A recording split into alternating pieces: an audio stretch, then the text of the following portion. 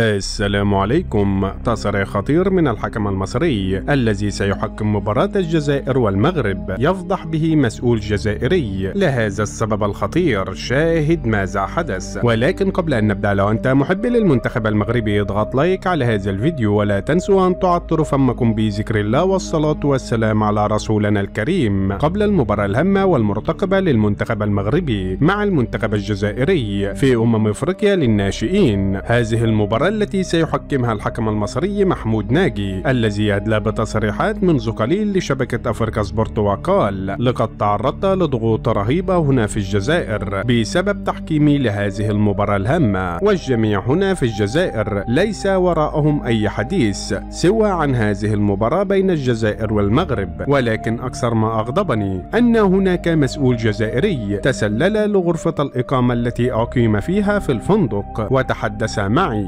وقال: على الجزائر أن تفوز في هذه المباراة بأي شكل من الأشكال، لأن من الممكن إذا تعرض المنتخب الجزائري للخسارة ستكون هناك كارثة كبرى ستحدث في أرضية الميدان، وسوف تنتقم منك الجماهير الجزائرية، وأنت تعرف مدى خطورة الجماهير الجزائرية. فقلت له: أنا حكم وأقسمت أن أحكم بالعدل، فمهما حدث سوف أحكم هذه المباراة بما يشاهده ضميري، فأنا إنسان مسلم وسنسأل أمام الله على كل كبيرة وصغيرة. ثم قال المسؤول الجزائري، صرخ بأعلى صوت وقال: سوف تنتصر الجزائر غصب عنك وغصب عن المغرب. ولكن أنا كتبت شكوى رسمية للاتحاد الإفريقي أحتج بها على هذا المسؤول وتهديده المباشر لي بسبب تحكيمي لهذه المباراة الهامة. وفي النهاية عزيزي المشاهد، ما رأيك في تصرف الحكم المصري اتجاه المسؤول الجزائري؟ شاركونا بآرائكم في خانة التعليقات، ولا تنسوا الإعجاب بهذا الفيديو والاشتراك في القناة ليصلكم جديدنا.